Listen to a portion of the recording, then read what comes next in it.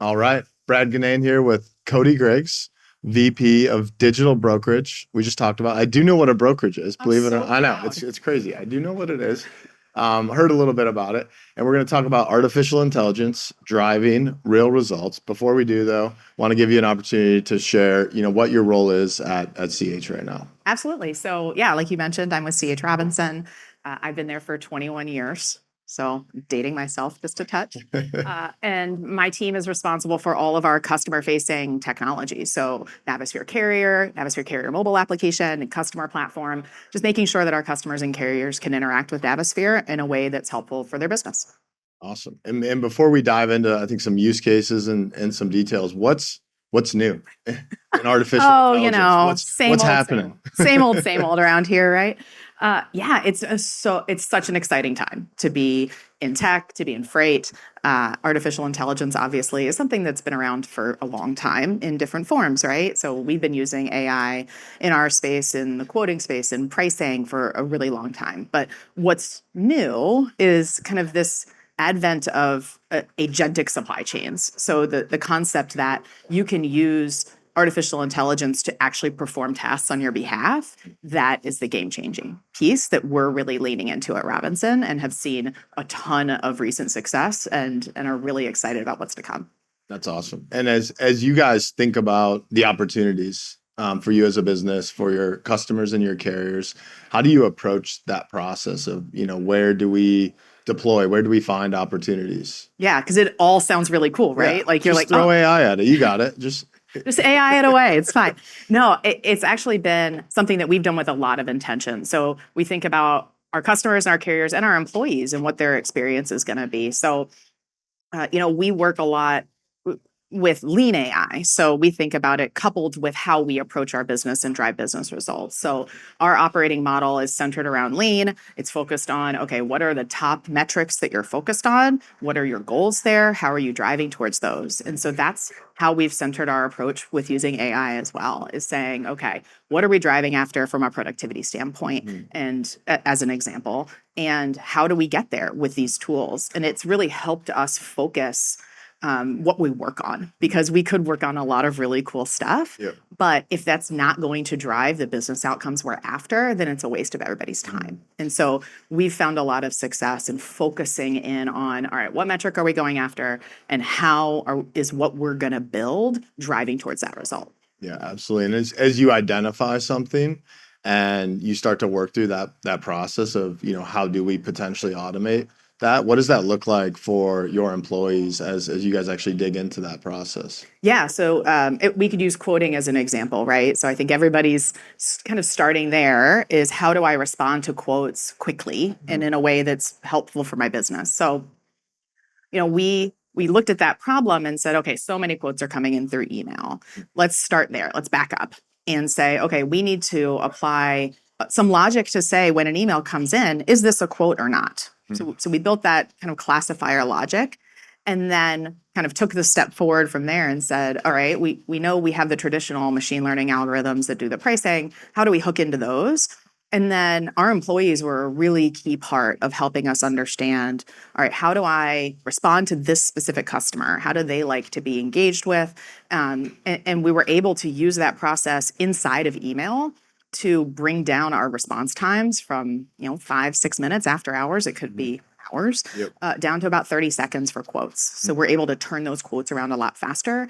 And our employees were a really key part of engaging in that process and giving us that feedback and telling us what's working and what's not. And we're able to fix it quickly. Yep. And as you think about like getting really in the weeds there of, potentially reading an email, looking over here at this platform or at this tool, or routing it, keying it into that tool, there can be a lot of manual touch points there, and, a lot of, work for the employee. So how has that adoption process been to say, hey, like, I'm going to help take away, 3 or 4 things that were kind of probably a pain for you anyways? Yeah, absolutely. So when I mentioned lean AI, a really key part of lean is what's called going to Gemba, which is going and watching people do the work, right? Like, we can all sit there and think about the experience that we have when we work the desk. When I was booking flatbeds, what my pain points were. But until you go and watch somebody do the job today, you're not really positive what problems you're trying to fix. Right. So we spend a lot of time sitting with employees, watching them work, and having them tell us, this doesn't work, this does. Nobody loves spending a bunch of time replying to a quote. Yep. So we're looking at tasks where they're saying, I don't want to do this. Like, I'm not adding value through this process. Yep. I'm adding value in calling my customer afterwards and talking to them about their supply chain and what that looks like and how that quote or that action fits into how we add value. So we spend a lot of time at the desk talking to people about, okay, where do you find friction? Where do you feel pain? And then we say, a key part of this is also, is an agent the right thing to solve this problem? Yeah. Right? You can't, it's not just a hammer looking for a nail. Yep. It's where is their friction? Where is their struggle that we can use this right tool to solve it?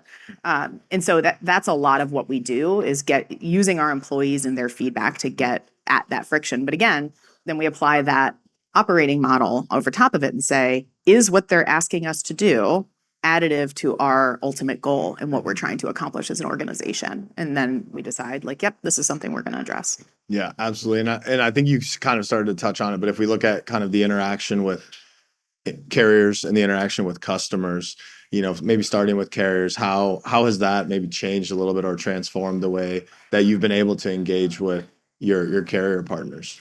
Absolutely. So our carrier partners, we've spent a lot of time making sure that the employees that we have, and Kevin Nolan mentioned this a little bit yesterday around revenue generating roles, right? Mm-hmm. Those are your carrier salespeople, your customer salespeople. We want them to be empowered and augmented with AI.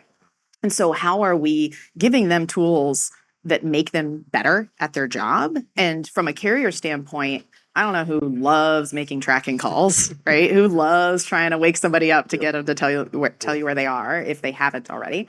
And so that's the type of thing, again, where we go and sit at the desk and somebody says, like, I don't want to have to do this. So we can build an agent for that. So we have some tracking capabilities that we're working on there, load recommendations, making sure we know that what carriers care about is keeping their truck full and getting paid on time. Yep. So that's where we're focused from a carrier value proposition standpoint. No, absolutely. Yeah. And I think we were talking offline, the ability to strengthen the relationship and have more time for those conversations is me personally, I think what I love about the opportunity to automate some of these monotonous, back office, type items that, are kind of a pain at the end of the day.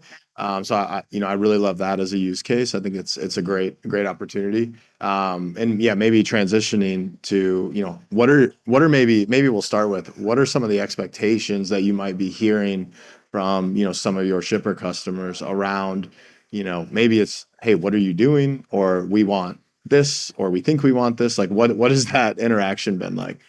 It's been really interesting. We've met with a lot of shippers who are saying, we don't know how to use this either. Yeah. Right? Like, I think a lot of people, and especially in the last, maybe about 18 months ago or so, a lot of people were like, this is a really cool, shiny new tool.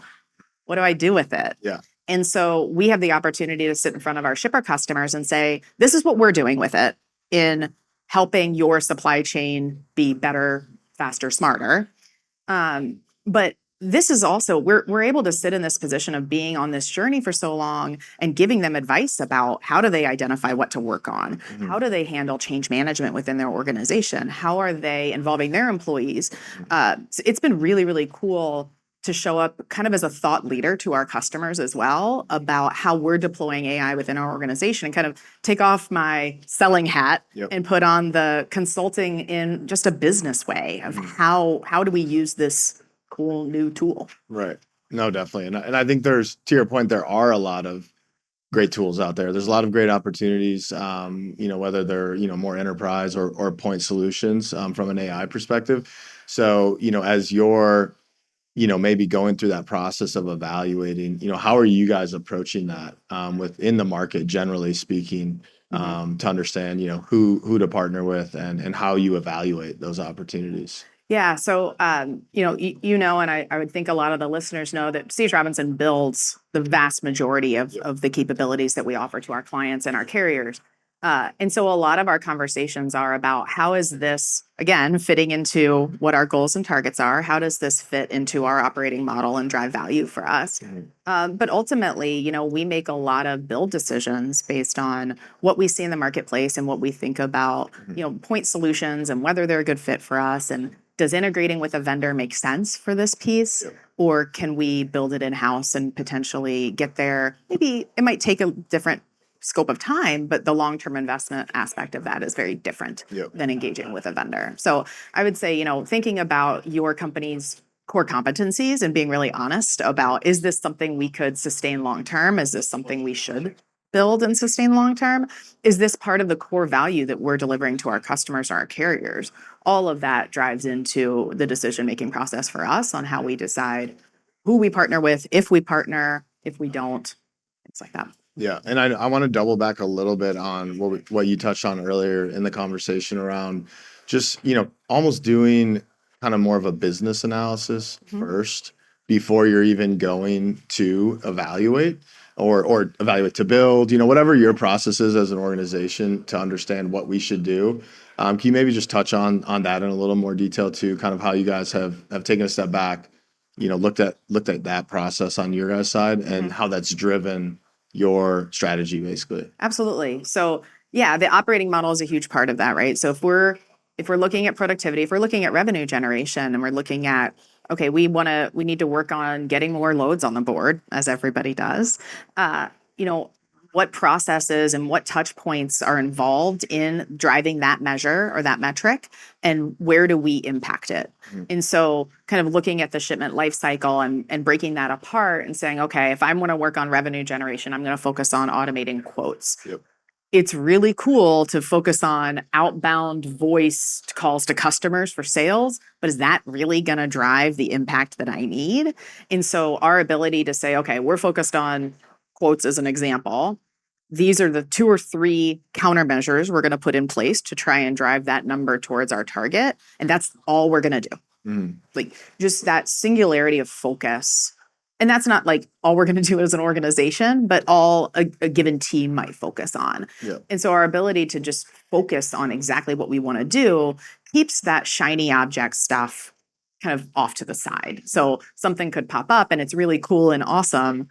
But if it doesn't fit our goals, we're going to do it later, or we're not going to do it at all. And so, productivity is something that we've spent a lot of time focusing on. I think it's something that everybody here is spending a lot of time focusing on, to make sure that, because this is a huge productivity tool that you can use to improve your business. And so for example, order entry, we found that our employees were spending a lot of time taking orders from a PDF and pulling them up on their screen and manually entering them into a load. Like, that's not a value-added task. And nobody likes doing that. So what do we do to make sure that order can go seamlessly into the system? And so I can have a conversation with an account manager sitting in front of their account talking about thought leadership and AI, and orders are being entered without that account manager having to do anything. Yeah. So they can be free from worrying about the execution part of that task, and they can worry about managing the relationship, growing our capabilities with that customer, making sure they understand how we're approaching agentic supply chains, like doing the stuff that's actually interesting and needs people. Yeah. Like that is not something that AI can replace. Right. No, definitely. And as we kind of wrap up here, you guys being the thought leader, I think definitely in the space, and really impressive to see what you guys have put out and what you're doing already, and excited to see that continue and where you guys go. But as we kind of wrap up, are there any key takeaways that you have just going through your own journey, that you can share as, here are some learnings, here are some, things? I think we've covered a lot of them, but just as we kind of, wrap, is there anything you want to leave, kind of our listeners with, or, as we wrap? Yeah, absolutely. So I think when we think about AI and how we use it in our business, it's so important to think about your business and what your business needs, right? And being honest and truthful about what do you need to focus on right now that are the 1 or 2 things that are going to drive an impact, and just do that. Yep. And then using agents to solve that problem when it makes sense. Don't use an agent if it doesn't make sense. Like, don't be a hammer looking for a nail. Yep. And then involving our employees in that process has been so, so critical to our success, and making sure that they know their customers and carriers better than anybody else. How are we involving them and making sure that what we're doing is the best possible thing for our customers and carriers? Those are just as you think about approaching AI builds, that's how we think about it. And we've seen a lot of success in approaching it that way. It's awesome. I love it. Yeah. It's been great meeting you and getting to chat and hear about what you guys are doing. Can't wait to continue to watch it. Cody Griggs, CH Robinson, VP of Digital Brokerage, which I do know what that is. I learned that today. I know what a brokerage is. Thank you. Appreciate the time. Thanks, Brad. Yep.